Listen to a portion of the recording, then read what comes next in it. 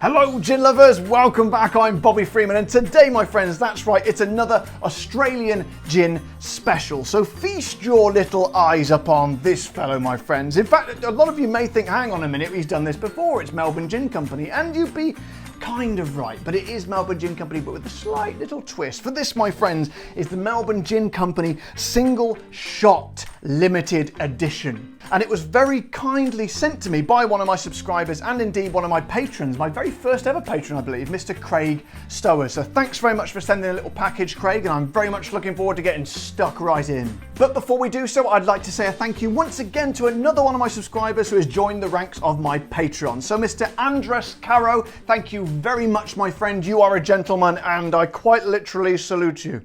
So, a lot of you are probably wondering to yourselves, what makes this gin different to the original Melbourne gin which we tried before? So let's find out on the website, shall we? And as always, I like to do the accent from where the gin is from, so it gives me another excellent opportunity to do my lovely Australian accent, so here goes. Melbourne Gin Company Single Shot Gin is made in a single distillation, unlike the Melbourne Gin Company's original Melbourne Dry Gin, in which the botanicals are individually distilled, then blended together. The result is a full flavoured gin, so much so that it may actually form, oh my God, listen to this, a fine glazy mist on top of your G&T or a martini, which Melbourne Gin Company celebrates as a mark of distinction. Struth, mate. Fair dinkum. You flaming galah. Bonza. That Bobby Freeman's a few stubbies short of a six-pack. So first things first, as always with the Melbourne Gin Company, they have a cork. So we know what that means. It's the Cork Test. The Cork Test.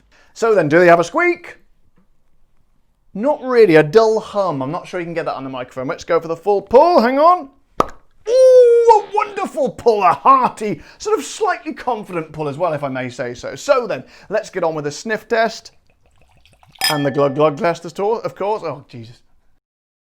And the glug glug test, of course, and a little ting of the glass as well, which is just for good measure. So then now, oh, I can smell it already. This is where, oh my God, this is where, it's just literally just cloud. I wish you could see the smell. It must be filling the room by now. This is where the original gin, Melbourne Gin Company gin excelled in the smell, because it smelled beautiful. So let's have a, holy shit.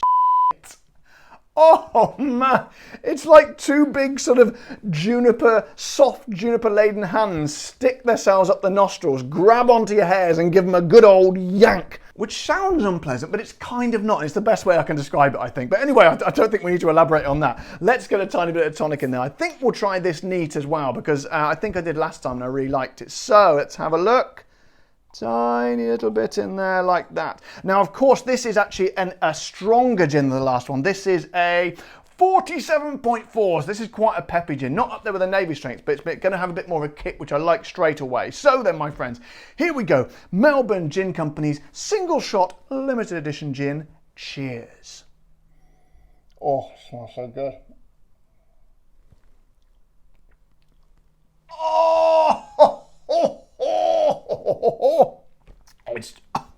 It's strong. Ooh, wow. Holy cow. Right, okay. Compose yourself, Bobby. Right then. Straight away, it's just got bags and bags and more bags of juniper. This is a juniper laden gin. I don't think I've ever had anything so heavy on the juniper side. Oh man, it's kind of thick with it. Like you sort of imagine sort of an overgrown juniper forest and you're literally hacking your way through it, just forcing your way through it. It's kind of like that. Australian gins always, I don't know what it is. I thought, you know, London was producing the best gins, but I have not tried a bad Australian gin yet. And this is no exception. So apart from that juniper, you've got all this sort of floralness in there, but a beautiful sort of thread of citrus going through the middle. I didn't see if it said anything about that lemon myrtle, but I know a lot of the Australian gins do use lemon myrtle, and it's just kind of putting that zinginess in there as well, but still overbearing, not overbearing, but sort of the main flavour, absolutely dominant, is this huge juniper. And because of that extra strength, you also it's very, very apparent. Some of them sort of hide the strength a little bit, but I tell you what, it's the first, after that initial blast of juniper, it gets like a sort of it kind of grabs on like that with this sort of strength, and sort of, it just gives you a little bit of, just a perfect amount of, you know when alcohol burns a little bit, a nice warming burn, it gives you that, but just beautifully and expertly and very refined as well, very sort of expertly, sort of intelligently done. Now, does it have this glazy mist over it? Let's have a look. Can't see anything. Let's pep a little bit more in there and see what happens. I don't think I can see anything.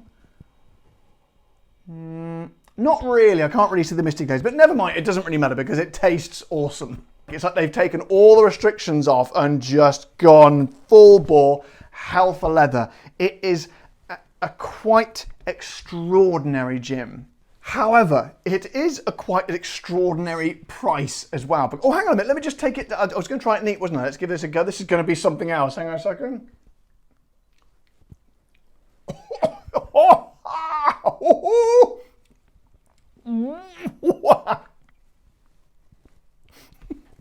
Okay. That is intense. Very intense. I'll be absolutely honest. I'm not a big neat gin drinker. That's a bit too much for me. But if you like it neat, that is just wham, it's like an explosion in the mouth. And sometimes, you know, you get the flavours that are sort of released a bit more by putting the tonic in.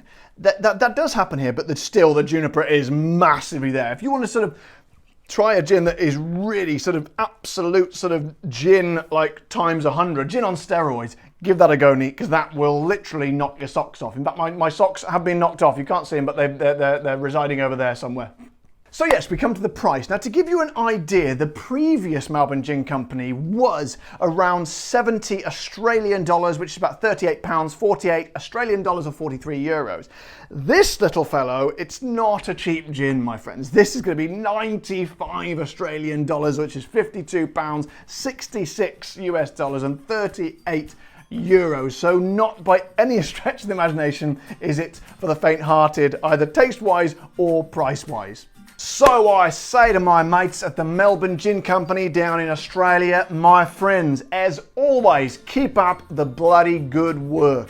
So my friends, another Australian gin hits the mark bang on. Thank you very much again to Craig, my mate, who sent this over for me, and we have another Australian gin coming next week as well. And as always, don't forget to subscribe to my channel, press the like button, and if you want to support the channel like Andres Caro did, head over to my Patreon page as well. But until next time, guys, stay safe, look after yourselves, and keep drinking the gin.